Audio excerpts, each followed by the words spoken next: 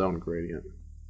Use the Blade 2 gradient, then go to Image Adjustments, Brightness, Contrast, and set the brightness at -50 and the contrast at -15. Or if you want the shift to remain smooth, you can darken the colors of the gradient, save it under a different name, and use that instead. It does need to be lightened slightly near the tip, so if you edit the gradient you should take that into account.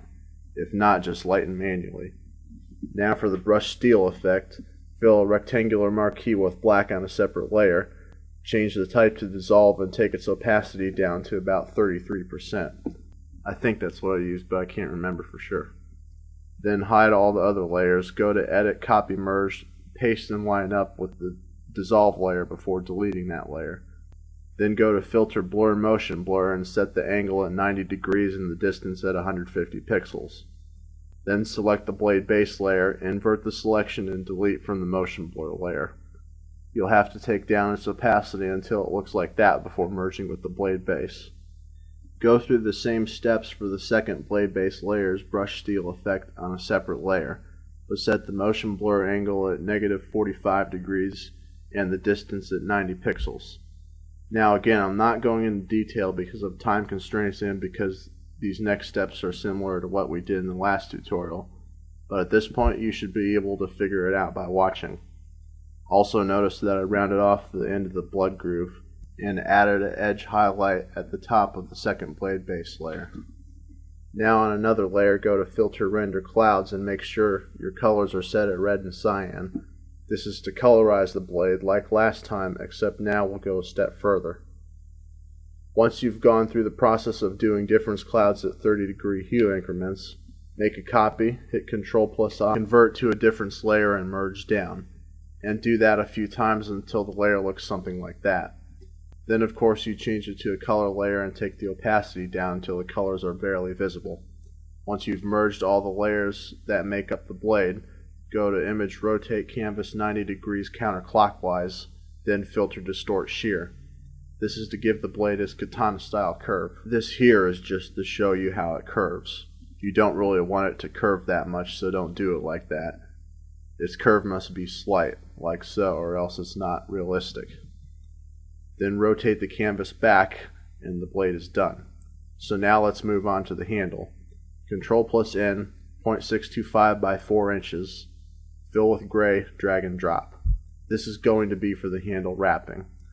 Select and on a separate layer fill with black, then go through the steps we used for the brush steel effects again, and do a 90-degree motion blur of 905 pixels. Delete the outside, then copy layer, merge down, select inverse and delete. And do that twice more to sharpen it. Blur vertical 490 pixels and delete the outside again.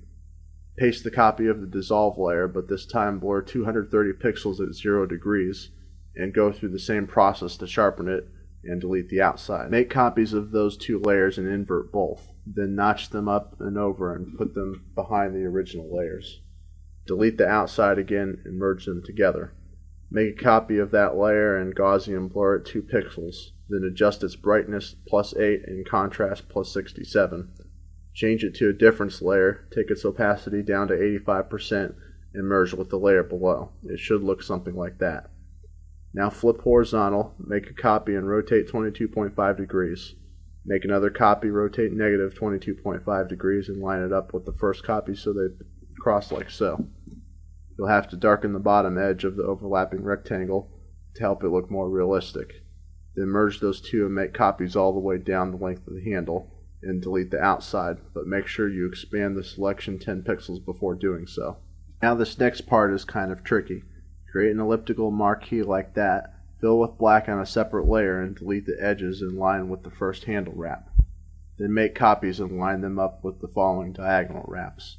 If you want them to be evenly spaced, then you'll have to resize the one for the second diagonal to about 90% width. Once you've lined it up so that the copies tile properly, you'll have to select the gaps and fill them in with black. Then just make copies and line them up down the length of the handle.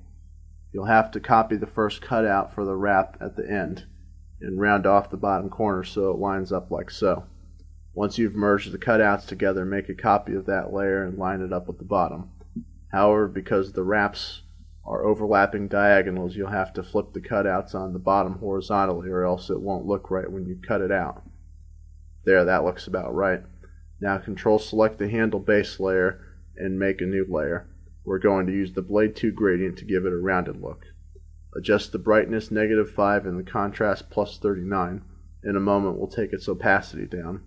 Control select the handle wrap layer and on a separate layer fill with black. Then Gaussian blur. This will be the shading for the edge of the wrap. Now take the opacity of the Blade 2 gradient down to 33% and merge with the handle base layer. And we're going to make black strips along the top and bottom edge on a separate layer. Make the bottom one slightly thicker. Make a copy of the bottom strip. Gaussian blur one 19.6 pixels and the other 11.2 pixels. Copy the top strip and blur one 8.8 pixels and the other 21.5 pixels. And of course Control select inverse and delete what's outside of the handle.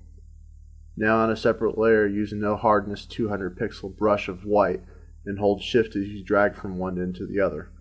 Then motion blur 90 degrees and 90 pixels. This will be a highlight for the darkened handle base. Now go to select color range. The color must be 001 on the RGB scale and set the fuzziness at 60 and on a separate layer fill with white. Hide that layer, then go to select color range again and set the fuzziness at 30. Then unhide the white layer and erase from that selection with the 50% opaque eraser, and take the opacity of the layer down to 33% before merging with the handle. Since the last handle was mostly dark blue, we're going to make this one primarily red. Select and fill with red on a separate layer, but we want the diamonds between the wrap to be a different color so they'll stand out. In this case I use 072-255, a nice shade of blue between true blue and cobalt blue. Make sure the diamonds are on a separate layer. Make the diamonds a color layer with 15% opacity, and the other an overlay layer with 60% opacity. You'll have to select the diamonds and delete from the wrap overlay layer so the two layers don't interfere with one another. Then paste the handle into a new document, rotate it 90 degrees counterclockwise and go to Filter Distort Shear. Again, you want just a slight distortion. Once that's done, rotate clockwise 90 degrees and drag and drop it back. Then rotate it another 1.5 degrees so it lines up roughly with the curve of the blade. Now it's time to make the pommel. Control plus N, 1.375 inches squared, fill with black, drag and drop.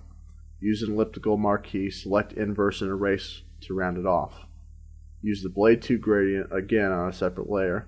Warp, blur the edges, copy layer, merge down a couple times, then Control select the black base, inverse selection and delete from the gradient layer. Now use a no hardness eraser to further